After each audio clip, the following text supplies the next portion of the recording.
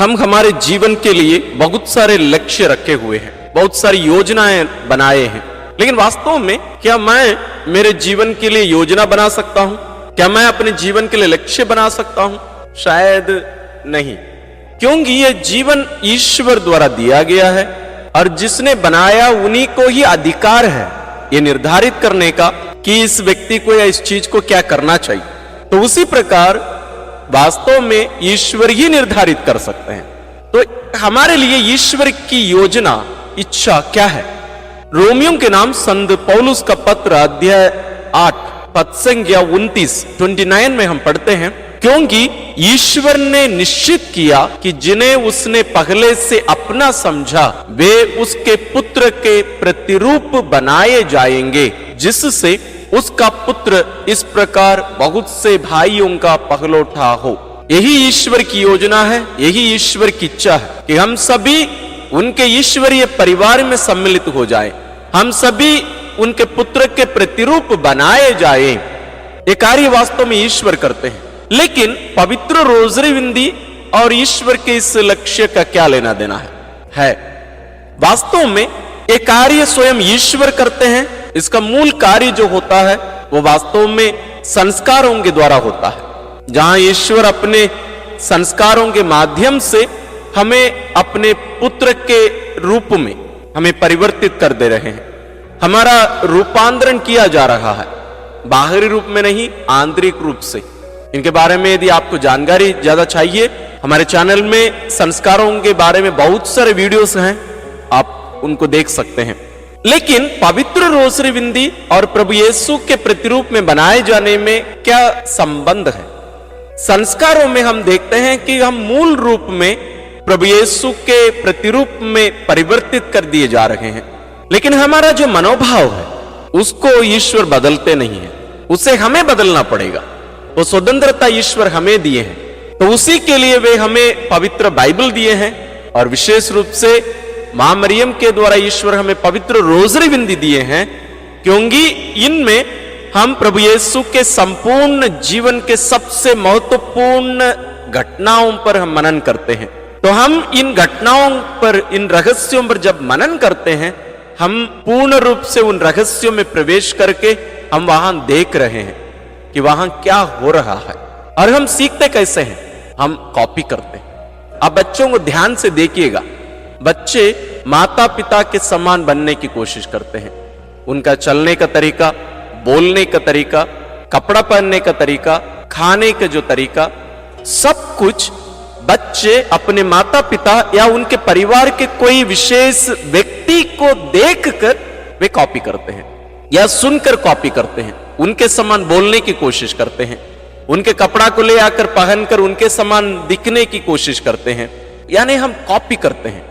तो पवित्र रोजरी विंदी में प्रभु यीशु के संपूर्ण जीवन को, उनके जीवन के महत्वपूर्ण रहस्यों को हमारी आंखों के सामने ले आकर उनमें प्रवेश करके हम वहां यीशु को जीते हुए देख रहे हैं। प्रभु यीशु कैसे जिए, तो मैं उनके प्रतिरूप में बनाया जा रहा हूं, तो मुझे उनके मानसिकता को, उनके मनोभाव को अपनाना है, तो मुझे उनको देखना है, उनकी सुनना है, तो मैं उनके समान बनने की कोशिश करूंगा। तो इसमें पवित्र रोजरी विंदी एक अहम भूमिका निभाती है।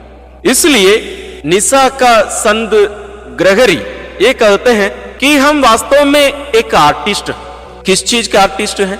किस चीज के कलाकार हैं? हम चित्र बनाने के एक आर्टिस्ट हैं, एक पेंटर हैं। हमारी आत्मा एक ब्लैंक कैनवास के समान है। कैनवास मतलब जिसमें पेंटिंग किया जाता है। तो संत ग्रेगरी कहते हैं कि वो कैनवास वास्तव में मेरी आत्मा है। तो इस आत्मा रूपी कैनवास में मैं पेंटिंग कर रहा हूं, चित्र बना रहा हूं। किसका? प्रभु यीशु का।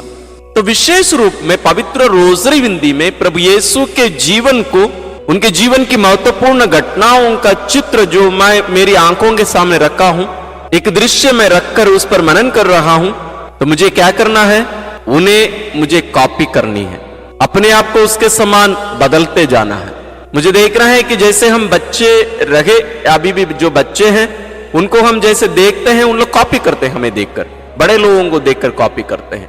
तो उसी प्रकार हमें यीशु को देखकर हमारी आत्मा को, हमारे मन को हमारे बदलने की जरूरत है। जब तक ये परिवर्तन नहीं होगा, वास्तव में ईश्वर हमारे लिए जो योजना निर्धारित किए हैं तो कभी पूरा नहीं होगा। यह हमें पवित्र रोजरी बिंदी के बाद में भी, जब हम उस प्रकार के परिस्थितियों से गुजरते हैं, हमें तुरंत प्रभु यीशु का वो दृश्य, वो कैसे इसमें प्रत्युत्तर दिए, वे कैसे रिस्पॉन्स दिए, कैसे प्रत्युत्तर दिए लोगों को, जब वे उन्हें दुख दिए, उन्हें परेशान किए, उन्हें थप्पड़ मारे या उनसे प्रेम किए, तो उनको कॉपी करूंगा मैं यहां पर। वास्तव में आसान नहीं, लेकिन असंभव नहीं है। तो इस कार्य में पवित्र रोजरी बिंदी वास्तव में एक महत्वपूर्ण कार्य निभाता है। तो आइए हम इन बातों को ध्यान में रखें कि पवित्र रोजरी बिंदी में जिन भेदों पर, रहस्यों पर हम मनन करते हैं, हमें उनके समान बनना है, क्योंकि ईश्वर की इच्छा यह है कि हम उनके पुत्र के प्रतिरूप में परिवर्तित कर दिए जाएं, ताकि हम उनके पुत्र के समान रहें, क्योंकि ईश्वरीय परिवार के हम भी सदस्य बनाए गए हैं, हम ईश्वर की संतान हैं, तो हमें उनके समान जीना अनिवार्य है। तो आइए इन बातों को ध्यान में रखकर हम पवित्र रोजरी बिंदी करें।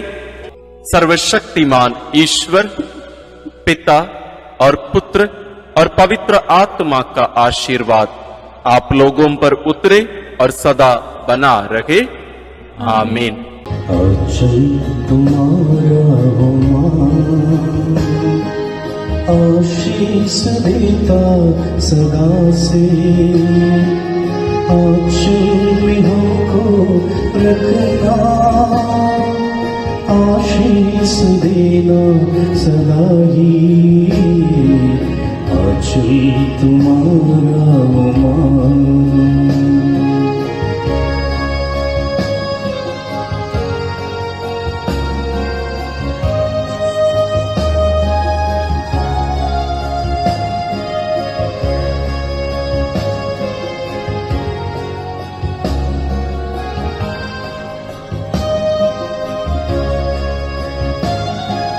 बालक वृद्ध युवा सभी जो भी आए द्वार तिहारे, बालक वृद्ध युवा सभी जो भी आए द्वार तिहारे, सबको तू देती साया,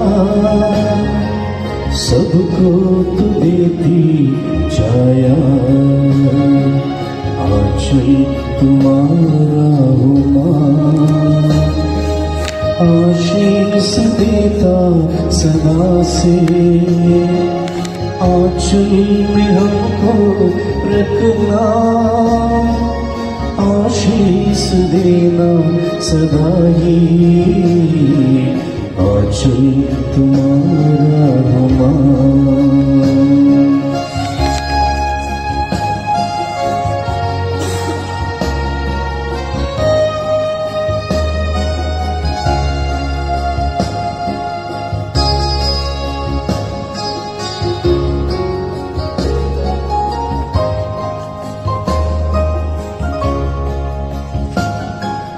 जिनकी जननी हे माता मरिया, हर दिन हर पल तुझको चढ़ाते, जिनकी जननी हे माता मरिया, हर दिन हर पल तुझको चढ़ाते, तू ही बनी यीशु माता, अबरी भी तू है माता, आंचल तुम्हारा हो मां, आशीष देता सदा से, आंचल में हमको रखना, आशीष देना सदा ही, आंचल तुम्हारा हो मां, आंचल तुम्हारा हो मां, आंचल तुम्हारा हो मां।